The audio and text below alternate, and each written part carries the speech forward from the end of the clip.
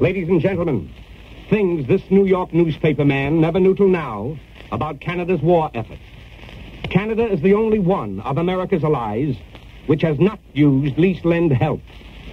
Most of Canada's money payments to the allies have been outright gifts because Canada is opposed to piling up war debts. The United States is Canada's best customer, and Canada is at the top of the list of our best customers. Canada is the world's largest producer of aluminum. Last year, she produced more than the whole world did in 1939. Canada is the world's largest producer of nickel and is practically the only source of supply available to the United Nations. Canada is the world's largest producer of asbestos, which is terrifically important on aircraft carriers and battleships. She is a heavy producer of lead, zinc, and mercury, and the most important discovery of tungsten ore yet found on this continent is now being developed by Canada. Tungsten is the backbone of battle armor.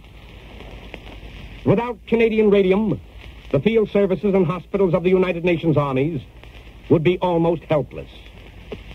Canada is producing 5 times as much armor plate, guns, and tools as she did in 1939.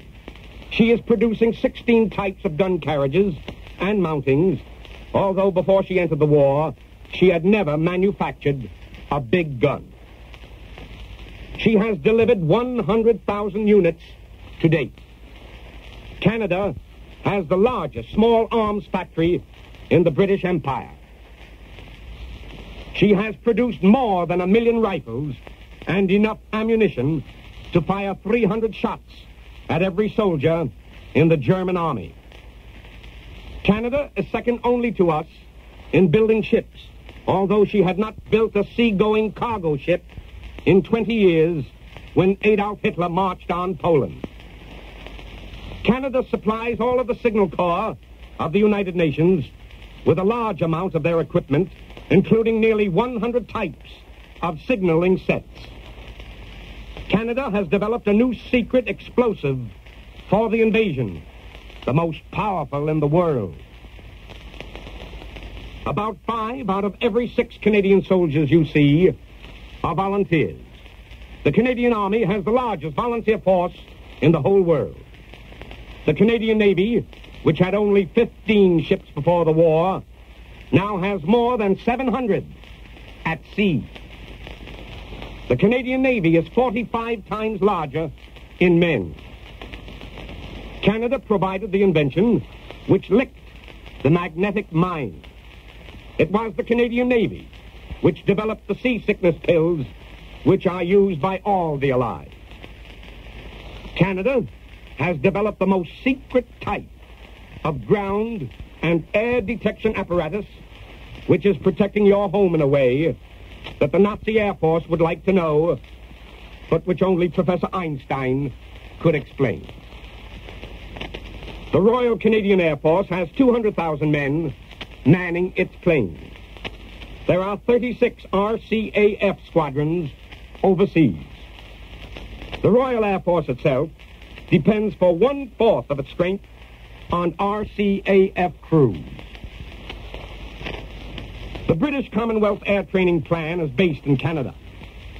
Practically every man in the service of His Majesty who has anything to do with a plane learned how to handle his job in Canada. 19 out of 20 of the boys who are dropping the bad news on Berlin got the know-how in Canada. 3 out of 4 of the men who plot the courses of every plane in the British Empire learned to do it in the Great Dominion. Canada has mobilized the mightiest of all her resources of fighting people.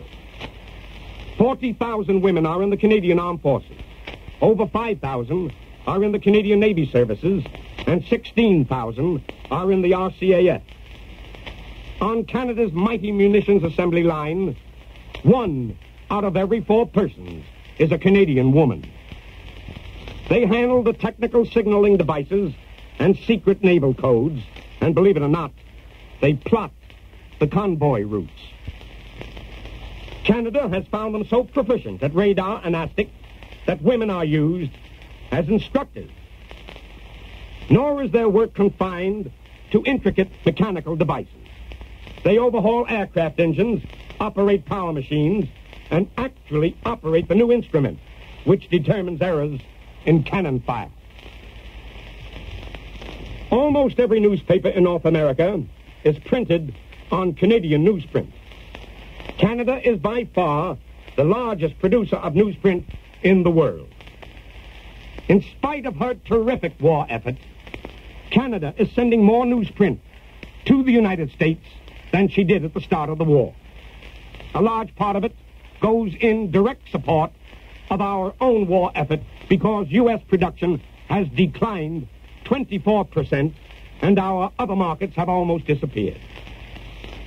In our crucial year of 1941, Canadian production of newsprint was more than 3 times that of the United States. When the smoke of war clears, Canada will emerge as one of the very great powers of the world.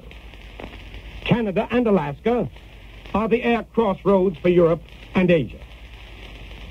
Before the half-century mark has been reached, giant airliners will be going over the top to Europe, Asia, and Africa non-stop from Canada. Canada already has the tallest office building in the British Empire. She also has the largest hotel and the largest fishing grounds in the world. The Canadian Pacific Railway is the world's largest transportation system and has responded to the war challenge as magnificently as U.S. transportation. It also operates a fleet of ocean steamships and an expanding number of air routes. In Canada, price ceilings mean something. The cost of living has gone up only 2% in 2 years, while in the United States and Australia, it went up almost 14% on the same scale of measurement. The Canadian people are shelling out taxes at a rate which would equal more than $30 billion in the United States. Last year, Canada threw $4 billion into the kitty just to beat Hitler. Production and national income in Canada have doubled since the start of the war. After the war, Canada will expand as the U.S. did in 1900. The ship-shore power development in northern Canada has an installed capacity equal to the total capacity of Niagara Falls plants on both sides of the river. It has a continuous output of electrical energy greater than that of our own great Boulder Dam plant. Canada, with less than a fifth of its water power resources developed, has the second largest amount of hydroelectric generating capacity of any country in the whole world. Canada declared war on Japan while Pearl Harbor was still burning, 1 full day ahead of the USA. Canada has a completely independent diplomatic service, and our diplomats in Washington, D.C. say that it is the finest in the world. A strange coincidence, since that's what our Army and Navy men say of the Canadian fighters. Out of this war has come closer Canadian-USA relationships than ever before. Our best customer to the north is also our best protection when the chips are down. And so, congratulations, Mr. and Mrs. Canada, on the very exciting way you went over the top in your previous victory loans. And in conclusion, may I offer my favorite toast to the great Dominion of Canada. Never above you, never beneath you, always beside you. The maple leaf forever.